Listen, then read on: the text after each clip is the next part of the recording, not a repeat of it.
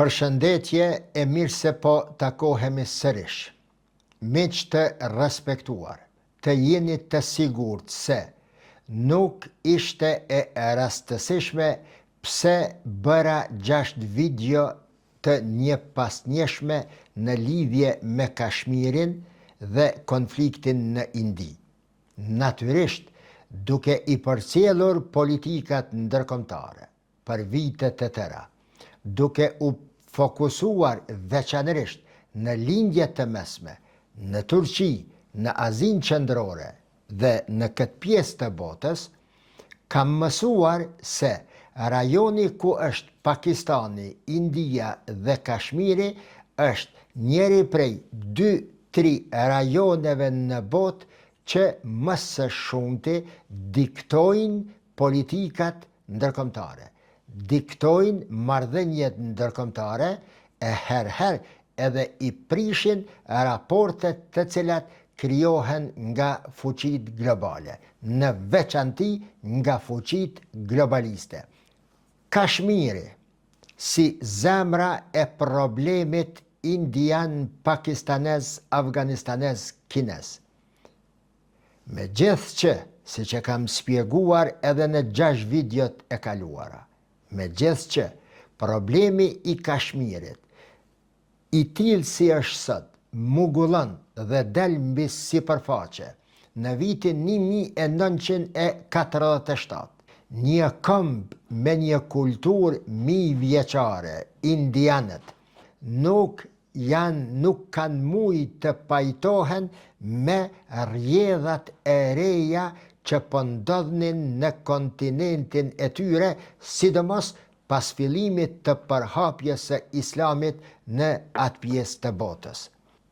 Në këtë video, këto do të shpjegoj, qoftë edhe në vija të trasha dhe shkurtimisht, fitoren lirisht të quaj spektakolare të Pakistanit mbi Indin dhe humbjen aq të poshtruar të Indis vetëm një javë pas fillimit të sulmeve që i kishte bërë India me aeroplan dhe raketa balistike mbi Pakistanin dhe mbi Kashmirin që kontrollohet nga Pakistani. Përtej kësaj, përveç këtyre sulmeve të cilat i bëri India mbi Pakistanin, me arsyetime se Pakistani qëndron pas sulmit terrorist në Kashmirin që kontrollohet nga India, ku humbin jetën 26 hindos, me gjithë këtë dhe përtej kësaj, India ka bërë një akt në plot kuptimin e fjalës fashizoid. Ajo mori guximin dhe i ndali ujin Pakistanit dhe dëshiroi që ta dënoj me vdekje, urije dhe etje popullin pakistanez. Këtë akt makabër të qeverisë dhe politikës së New Delhit ka mund të bëj vetëm Hitleri gjatë luftës së dytë botërore dhe tani Netanyahu me popullin e pafajshëm të Gazës. Prandaj nuk është e çuditshme pse Narendra Modi, kryeministri i tanishëm indian, quhet dhe cilësohet si Netanyahu i Indis. Se përse e ka marrë këtë emën, ose pse cilësohet Modi si Netanyahu i Indis, do të mësoni së shpejti me izën e Allahut në videon, jo në këtë që do të dëgjoni sonte, por në një që do të pasoj. Kështu, fitoria e Pakistanit, kësaj radhe, ka ndryshuar logjikën evidente të forcave në Azinë Jugore, po aq sa lufta e popullit të Gazës që ndryshoi idenë, rënoi idenë e rrajshme se Izraeli është shtet i pamposhtur në lindjen e mesme. Lufta dhe fitoria e Pakistanit mbi Indin ka ndryshuar në themel edhe logjikën globale të kombeve, të politikanëve, të njerëzve të cilët interesohen për atë pjesë të botës, se India nuk paskëshqen ajo që pretendon të jetë në rajon atje. Si forca e pamboshtur nga të gjitha, në raport me të gjitha shtetet e rajonit, dhe forca e vetme konkurentive e Kinës. Aeroplanet kines të prodhuar së bashku me Pakistanin ishin ata që demoluan dhe shkatruan, bën shkrumb e hi 9 baza ushtarake indiane në Indi, deri në ato përmasa sa, duke parë diçka që as në ëndër nuk e kishim pa, India detyrohet të thërret Washingtonin për të ndërhy dhe për të ndalë luftën, apo më mirë të them, për të ndalë edhe një humbje shumë më të madhe se që pasoi nga sulmet e aeroplanve dhe raketave pakistaneze mbi bazat ushtarake të Indis. Në këtë luft, pra një javshe, janë prekur segmente të shumta, është prekur edhe Franca, është prekur edhe Britania, është prekur edhe Rusia, është prekur Kina, është prekur sidomos Izraeli dhe është prekur edhe Turqia. Disa negativisht prekje të ftohta dhe disa prekje pozitive. Përse them disa të ftohta? Sepse aeroplanet franceze, Rafale, që konsiderohen ndër aeroplanet më të shtrejt në botë, flitet se një prej tyre kushton $240 milion, një aeroplan $240 milion, është rrëzuar nga raketat dhe dronët që kanë qenë në përdorim të Pakistanit. Mund të kanë qenë dron apo raketat tokë-ajër edhe prodhim i Turqisë. Edhe për këtë do të flas pak më vonë. Pra, ishte një konflikt, të cilin unë mos të them e kam parandje, jo, por e kam paralezuar dhe e kam lexuar mes rreshtave të ngjarjeve të deri tanishme në dekadat e fundit, e sidomos pas ardhjes së Donald Trump në Shtëpinë e Bardhë, pas ardhjes së dytë. Atëherë kur SBA i shpalli luftë tregtare i Kinës, duke kuptuar tërthorazi se tani më Kina nuk do të rrijë duar kryq. Për te ballafaqimit tregtar ekonomik me SBA-n, kam menduar dhe kam kuptuar paraprakisht se Kina do të përdor edhe metoda të tjera për ta çmontuar politikën e SBA-ve në kontinentin indian. Po e quaj kontinent indian, megjithëse që është kontinenti i Azisë, por në shumë studime dhe libra të politikave ndërkombëtare, të marrëdhënieve ndërkombëtare, ajo pjesë e botës quhet edhe si kontinenti semi-indian. Andaj, në këtë video, në këta 10 minutat e ardhshëm, do t'i përmendi gjërat kryesore që duhet ditur në lidhje me këtë fitore. Edhe njerë po e quaj spektakolare të Pakistanit dhe humbje e poshtëruar e Indis, e pse jo edhe e Izraelit. Pare se ta nisi atje, më lejoni të përmendi edhe një gjë që pa tjetër duhet të dini.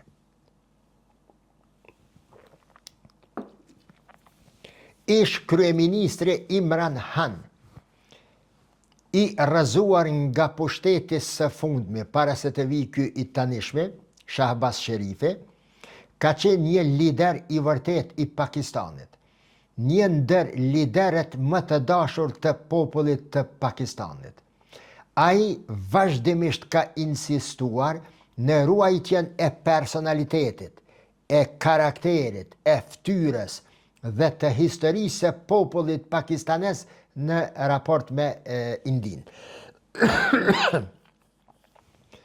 Nuk ka pranuar në asnjë mënyrë që të poshtrohet populli pakistanes nga sulmet e vazhdueshme të Indisë, ngacmimet e vazhdueshme të hinduzëve mbi muslimanët e Pakistanit dhe të Kashmirit që kontrollohet edhe nga Pakistani edhe nga India.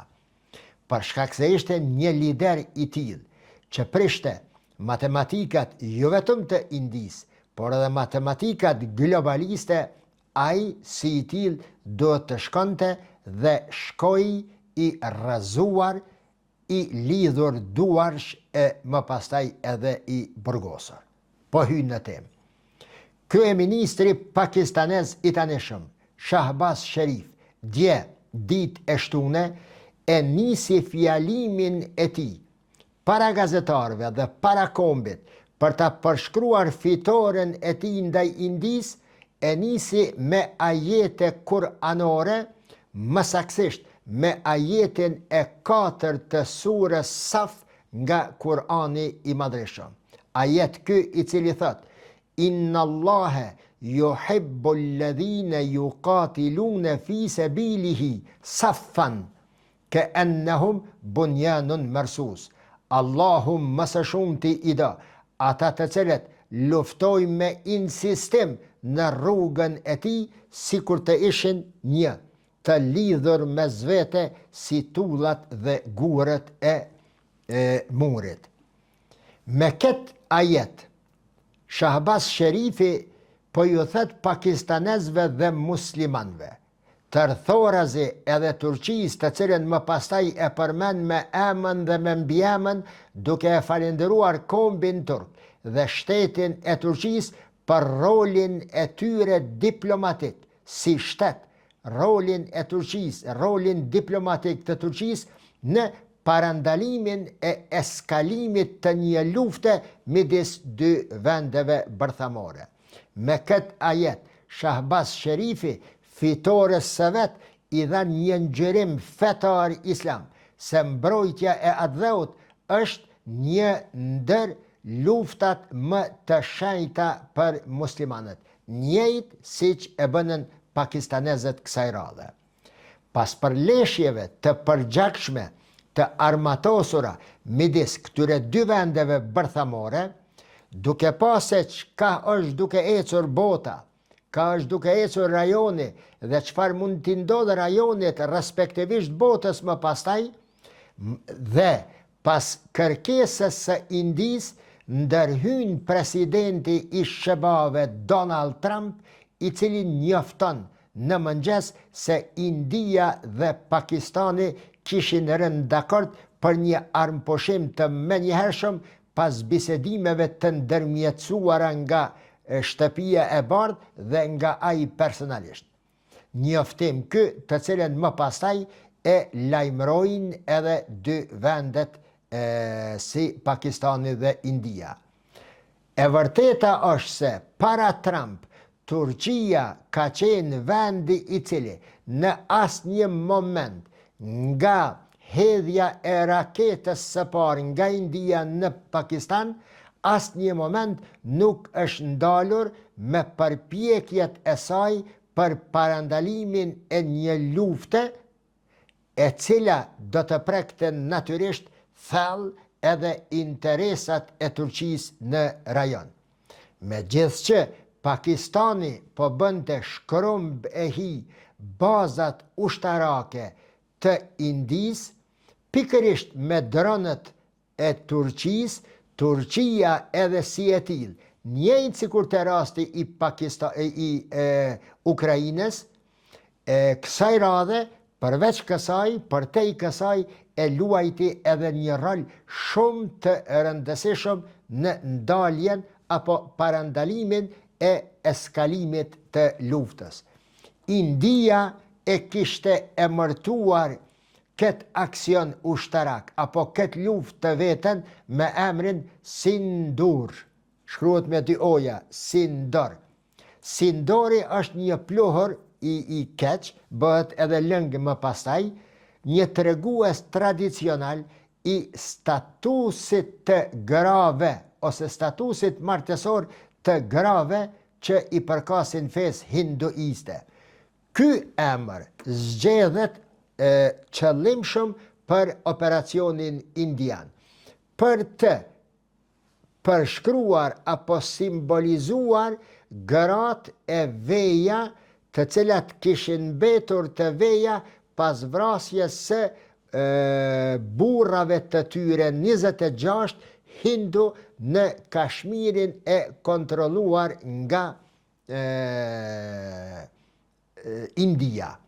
Përtej kësaj, me emërtimin Sindor të kësaj lufte të këtij aksioni, India dëshironte që, sikur kur përdoret Sindori në ndarjen me ngjyrë të kuqe, i keni parë në për filma të flokëve të grave indiane, një ndarje që bëhet kështu në rast martese, e nëse shkurorizohen nuk përdoret kur ajo ngjyrë, një ashtu si që ndahen flokët e grave hindu, India dëshiron të thoshte se me këtë aksion do të ndajnë dhe do të përfundojnë problemin përfundimisht me Pakistanin.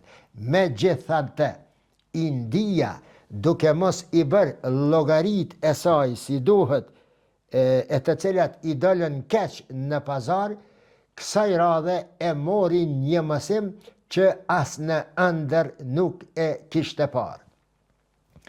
Konflikti i fundit pra tani në Azinë Jugore, sikur edhe lufta në Ukrainë, me sa po i shoh përveç këtyre të cilat i shpjegova, ishte një arenë ku shfaqeshin fuqit ushtarake me dron në qendër. Edhe më tutje janë duke u provuar dhe duke u pa reaksionet dhe rezultatet e dronëve. Sulmet e nisura nga India ishin një manifestim kësaj radhe ndryshe i politikës indiane që pasqyronte fuqinë e fort që ndjente se e ka New Delhi India dhe të cilën e kishte zbatuar prej viteve të tëra.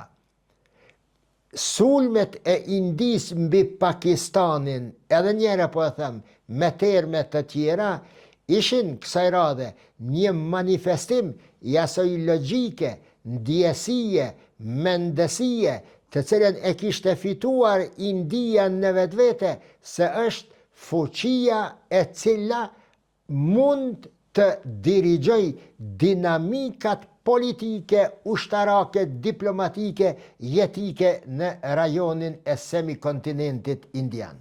Megjithatë, India kësaj radhe u përball me një rezistencë të papritur. Fillimisht u përball me durimin e Pakistanit, me të cilin nuk ishte mësuar më parë.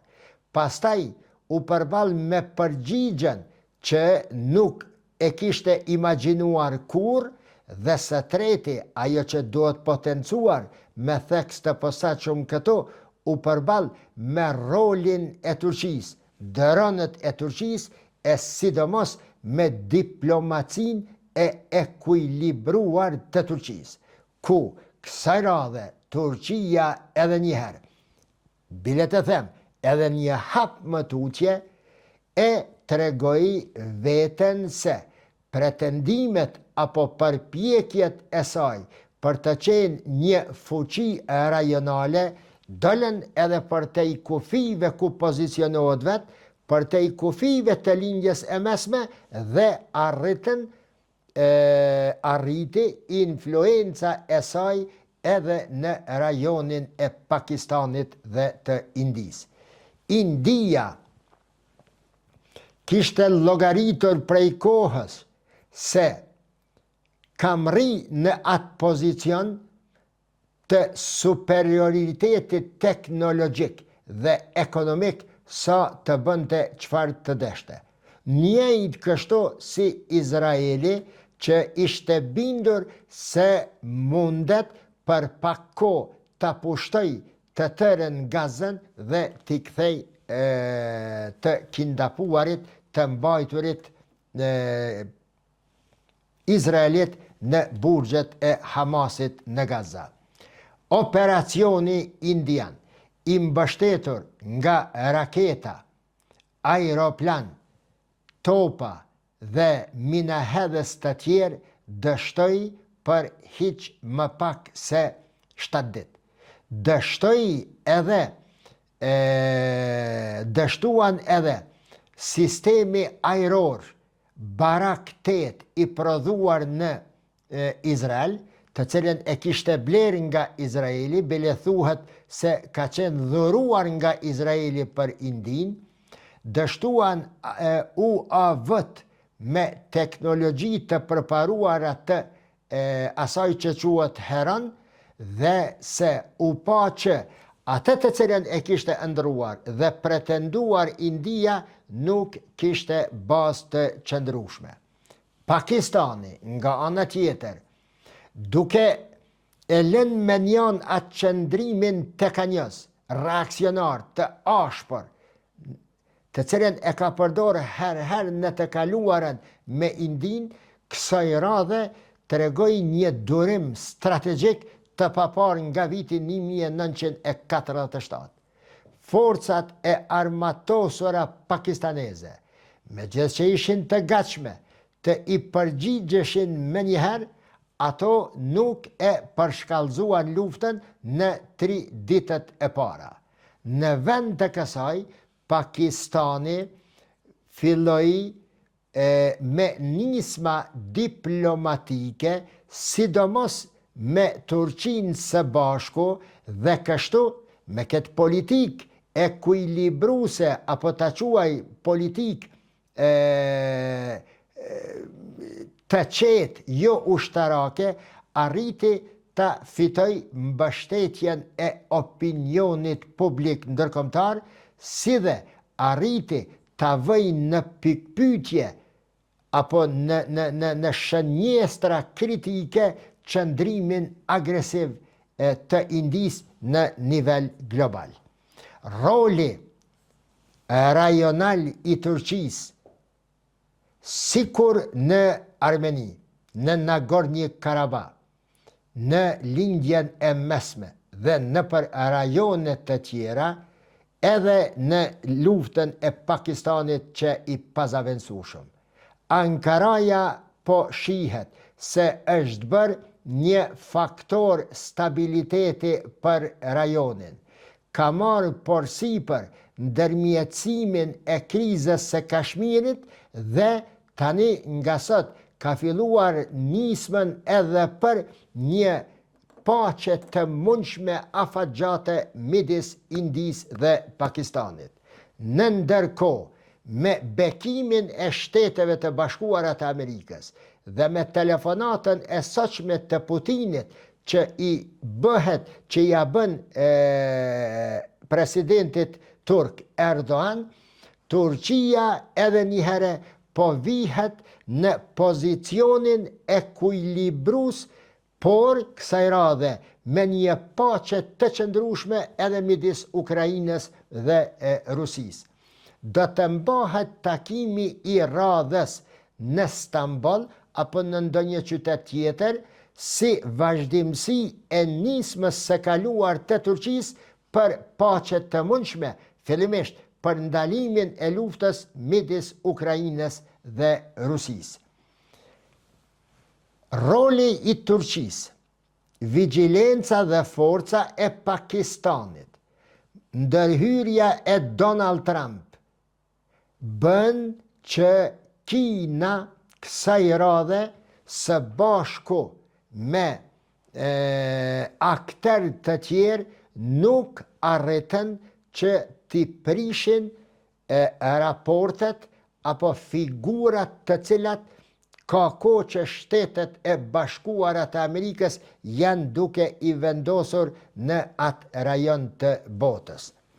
Megjithëse që Kina në përmes aeroplanëve të vetë, me dorën e Pakistanit, e goditi Indin për t'i thonë se nuk jeti e zoja sa të më parandalosh mua në idet dhe ambicjet e mia, me gjithë që ishte kështu, Kina nuk arriti që luftën ta qoj deri atje sa Indin ta kthej për vite e ndoshta edhe për dekada prapa. Në mënyrë që më pastaj Shtetet e Bashkuara të Amerikës ta humbin krahin e djathtë të saj në rajonin e semikontinentit të Indis. Pakistani kësaj radhe, përveç aeroplanëve Rafale të Francës dhe aeroplan të tjerë, ja ka rëzuar Indis 77 aeroplan të tjerë spion që po qarkullonin mbi qiellin e Pakistanit. Nga këta 77, thuhet se 31 prej tyre i ka rëzuar në teritorin e Indis. Vetëm kështu, duke e parë India se çfarë do ta gjej, detyrohet në fund që të kërkon mundësi për paqe dhe për marrëveshje me Pakistanin. Duke dashur ta përfundoj temën, dua të them edhe këtë, se India, përveç që është e tillë në raport me vendet e rajonit dhe me muslimanët, sidomos me muslimanët brenda kufive të vet, India së bashku me Kinën janë dy shtetet e fuqishme të botës që më së shumti kanë dëshiruar, natyrisht edhe me Rusin, ta parandalojnë pavarësinë e Kosovës, dhe tani India njëjtë me atë tempo ndikon, mundohet të ndikon edhe në pengimin e Kosovës për antarësimin e saj në organizma ndërkombëtar. Deri në videon e radhës, mirëmbëjtje.